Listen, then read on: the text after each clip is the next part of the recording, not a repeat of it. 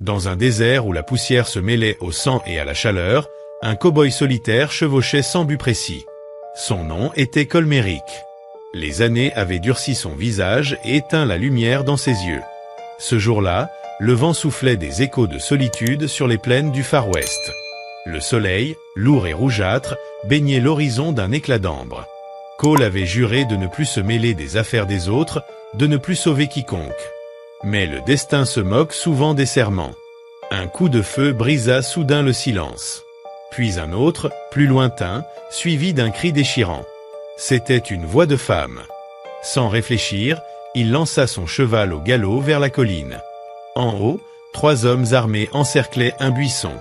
L'un riait, un autre crachait au sol, le troisième tirait sur quelque chose qui se débattait désespérément.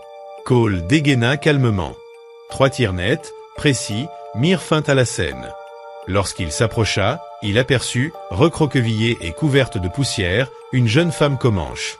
Sa peau de cuivre brillait sous la lumière déclinante, et ses yeux sombres reflétaient autant de peur que de dignité.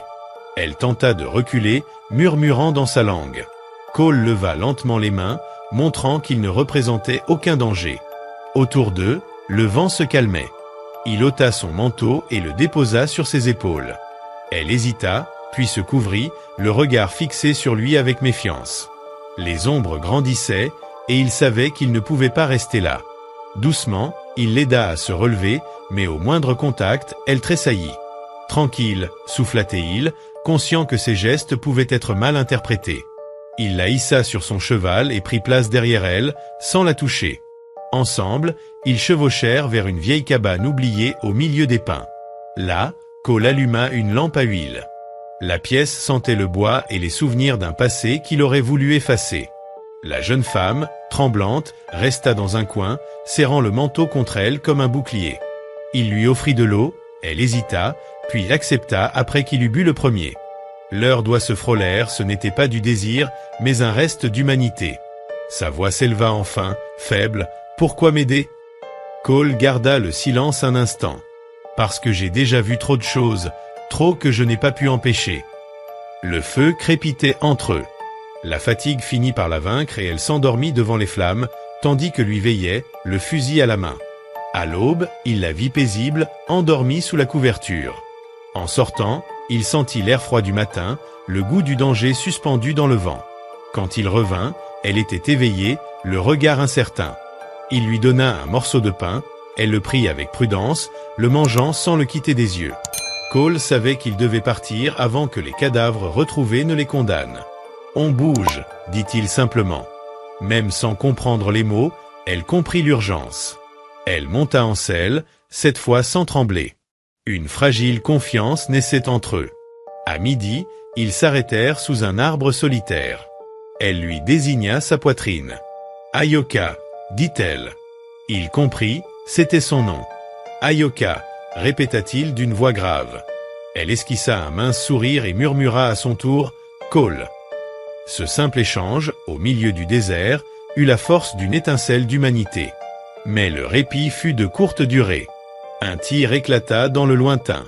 Le cheval se cabra. Cole se jeta sur Ayoka pour la protéger, roulant derrière les rochers. Les balles fendaient l'air. 3 silhouettes se dessinaient dans les collines des chasseurs de primes. Il comprit qu'ils la cherchaient. « Reste là », ordonna-t-il d'un ton bas. Sans hésiter, il se glissa entre les pierres et riposta. 3 coups, 3 cibles. Le silence retomba, lourd comme le sable après la tempête. Lorsqu'il revint, Ayoka était à genoux, tremblante, le visage caché entre ses mains. Il posa doucement son arme et s'approcha. « C'est fini », murmura-t-il. Elle leva la tête. Ses yeux, pleins de larmes, disaient tout le poids de la douleur et de la fatigue. Alors, sans un mot, elle se jeta contre lui. Il resta immobile un instant, avant de refermer lentement ses bras autour d'elle. Ce jour-là, au milieu du désert, 2 âmes perdues se retrouvèrent dans le silence. Il resta immobile, sans savoir comment réagir. Depuis des années, personne ne l'avait touché avec une telle détresse, une telle intensité de vie. Il la serra brièvement contre lui, avec une maladresse mêlée de pudeur, comme on soutient quelque chose de fragile. Puis il la repoussa doucement. « Nous devons partir », murmura-t-il, tentant de dissimuler l'émotion qui le transperçait comme une lame. Elle hocha la tête, essuyant ses larmes du revers de la main. Ils se remirent en selle, laissant derrière eux les corps et l'écho des coups de feu. Le soleil se couchait derrière les collines, enflammant le ciel de pourpre et de violet. C'était un crépuscule magnifique, mais chargé de présages. Cole savait que chaque mort avait ses conséquences. Les chasseurs ne voyageaient jamais seuls, et même si son instinct lui criait de l'abandonner, quelque chose de plus fort le retenait, une force qu'aucune logique ni la peur ne pouvaient expliquer. Quand la nuit tomba, ils trouvèrent refuge dans un canyon étroit. Ils allumèrent un feu minuscule, à peine visible au loin. Ayoka se recroquevilla près des flammes, son visage éclairé d'une lueur orangée. Cole l'observa en silence, partagé entre la culpabilité et la confusion. Ce visage jeune, marqué et courageux, éveillait en lui une tendresse qu'il croyait morte. C'était une faiblesse qu'il s'était juré de ne plus jamais ressentir. Ayoka leva les yeux vers lui. Dans son regard brillait une gratitude muette. Aucun mot ne fut nécessaire. Au cœur de l'immensité du désert, deux solitudes venaient de se trouver. L'aube monta doucement sur le canyon, peignant le ciel d'un gris bleuté. Le feu n'était plus qu'un tas de braise. Cole se redressa lentement, endolori par la veille. Ayoka dormait, paisible, blotti contre la roche. Pendant un instant, il se laissa envahir par une rare sensation de paix. Mais la réalité ne tarda pas à le rattraper. Il se leva, prit son fusil et observa l'horizon. Tout semblait calme, mais son instinct ne dormait jamais. Les hommes qu'il avait tués n'étaient pas les seuls à les traquer. Quand il revint, Ayoka était déjà réveillé. Ses cheveux épars encadraient un visage où brillaient 1000 questions. Il ne dit rien, se contentant d'un geste pour lui dire de se préparer. Elle obéit sans un mot. Ses gestes étaient lents, encore lourds de peur, mais dans son regard brûlait une lueur nouvelle, une étincelle de volonté. Ils reprirent la route vers le nord. L'air s'était rafraîchi et les montagnes se dessinaient au loin. Cole savait que s'ils atteignaient les forêts, ils pourraient se cacher un temps. La route était dure. Ayoka s'accrochait à la selle, regardant le paysage infini. Par moments, ses lèvres remuaient, murmurant dans sa langue des mots que le vent emportait, peut-être des prières, peut-être des souvenirs.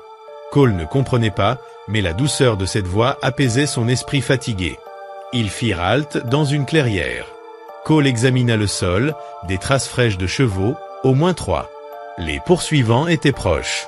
Ayoka vit son visage se durcir et comprit sans qu'il parle.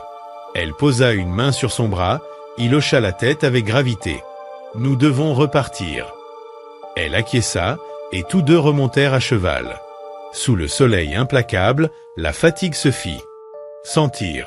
Ayoka fermait parfois les yeux, vacillant. Cole la retint d'un bras pour l'empêcher de tomber. Ce simple contact les fit frémir tous deux. À la tombée du jour, ils trouvèrent refuge entre deux rochers. Elle était épuisée. Il alluma un feu et lui donna de l'eau. Ayoka but en silence, fixant les flammes comme si elles reflétaient les fragments d'un passé perdu. Cole la regardait, luttant contre l'envie de s'attarder sur elle. Il y avait dans sa fragilité quelque chose de fort, non pas de la faiblesse, mais la marque d'une survivante. Ayoka leva les yeux. « Cole !» souffla-t-elle. Il sursauta. Elle posa une main sur sa poitrine. « Toi, moi ?» Elle chercha ses mots, puis posa la main sur son cœur. « Merci. » Il se contenta d'un signe de tête. Parfois, un geste vaut plus que 1000 paroles. Soudain, un bruit sec fendit la nuit. Cole se leva d'un bond, fusil en main. « Reste ici », murmura-t-il. Elle obéit, tremblante. Au loin, des sabots résonnaient dans l'obscurité. Les chasseurs les avaient retrouvés. Cole revint précipitamment. « On part, maintenant !» Ils s'élancèrent sous la lune. Le vent leur fouettait le visage. Un coup de feu éclata, la balle siffla près de son oreille. Cole tira sur les rênes et plongea vers un ravin couvert de buissons.